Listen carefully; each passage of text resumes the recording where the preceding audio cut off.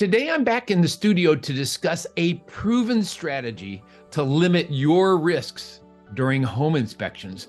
I just spent 4 months and over 400 man hours with my face in this international IRC codebook to become a licensed building inspector. Now, in my 30-year journey in real estate, inspections in this entire process has never been as fragile as it is right now. We are going to discuss this critical flaw in the inspection system with a metaphor using big rocks and little rocks, and we are going to do all of that next.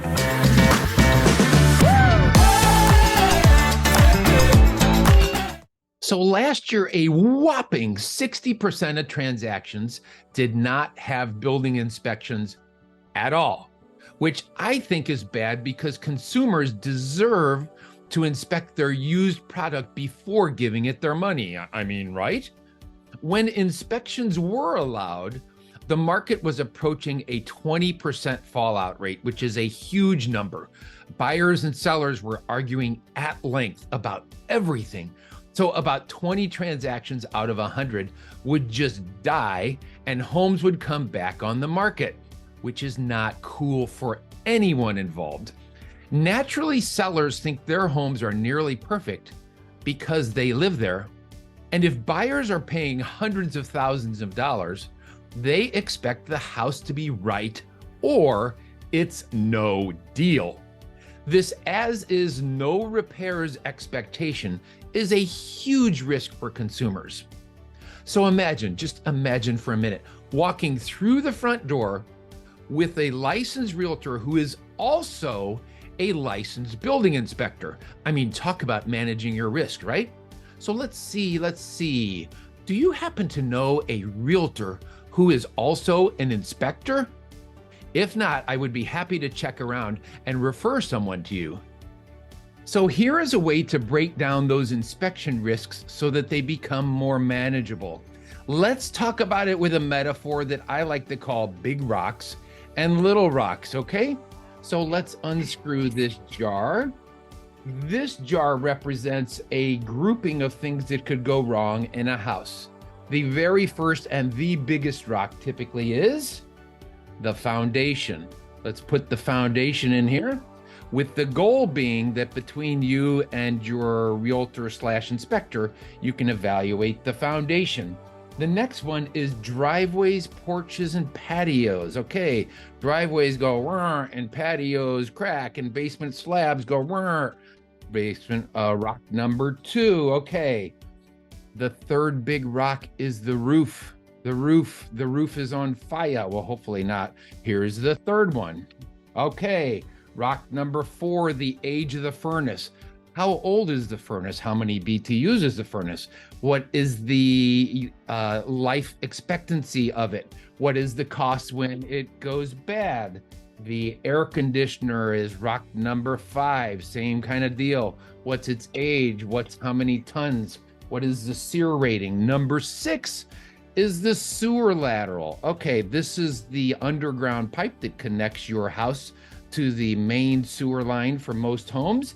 Many municipalities here have a sewer lateral program, but that is number 6. Number 7 is termites and brown recluse spiders, the sad stories that I have about insects and what they do to a house. Number 8 is windows and doors. Sometimes doors just won't open anymore. Windows are painted shut. Maybe they work, but thermally they're a mess. Some of the old aluminum storm windows. Okay, big rock number 9 is the floodplain. Of course, good realtors have access to all of the FEMA maps showing where the floodplain is. Sometimes homes are in the floodplain and the sellers say, oh, we've lived here for 85 years and the water's never come up. However, we're going to rely on FEMA instead of what the sellers say. Number 10 is environmental items like mold and radon and asbestos, okay? The 10 big rocks have now been handled for the most part. These 10 expensive items for your future bank account are all visible okay? And we should be able to, in person, with our own eyes, if they're trained a little bit, to get either a good or bad feeling about the 10 big rocks. Now let's talk about little rocks. And when I say little rock, I'm not talking about Arkansas. Okay, the little rocks. The first one is a dripping faucet.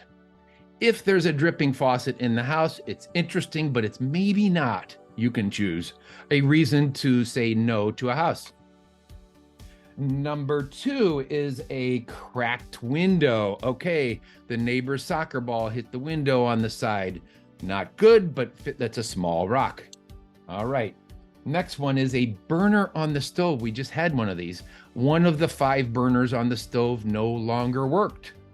Important, yes, but I'm not sure how many of us use 5 burners all at once on the same day. Thanksgiving, maybe. Okay. The next one is ugly paint. Okay, so they put bright orange paint with purple polka dots on it. Ugly?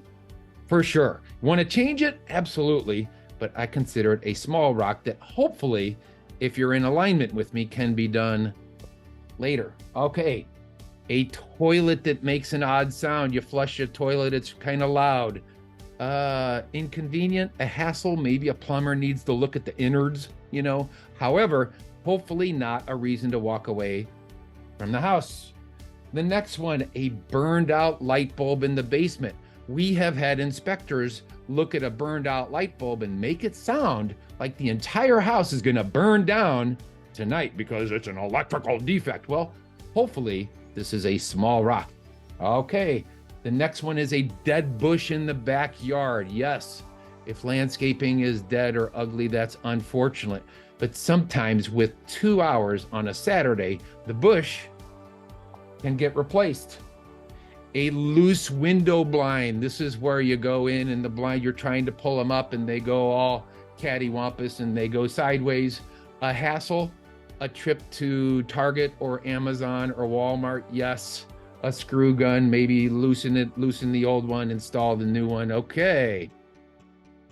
All right. A missing GFI outlet. There is an outlet in the kitchen that is 5 feet from a wet surface and there's no GFI.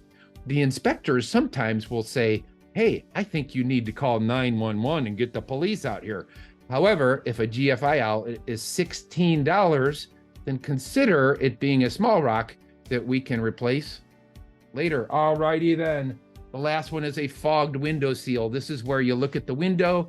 It looks like between the 2 panes, somebody poured milk down the side of it, that it's real fogged there, okay? All right, so what happens next is a very important point. So I want to make this point. All right, after working on more than 1,000 building inspections in my 32 years now, okay, it was very, very, very, very rare for the small rocks, those last 10, to exceed 1% of the value. So if a house is $350,000, the small rocks almost never, 99% of the time, are less than 1%. $350,000 home, the small rocks are $3,500. For some people, that's a huge amount of money. And for others, they're like, well, for the house I want, maybe we spend $3,500 after closing. All right, so working together, we can evaluate the big rocks and the little rocks, and we can see if the house passes the test, okay? But at least for most consumers, they like it that those risks have been quantified, which allows you to decide if you want to move forward with that property or exit stage left and just go find other houses, okay? So that's it for today's tip. I plan on posting another 100 videos this year, so subscribe below and the content will keep coming your way.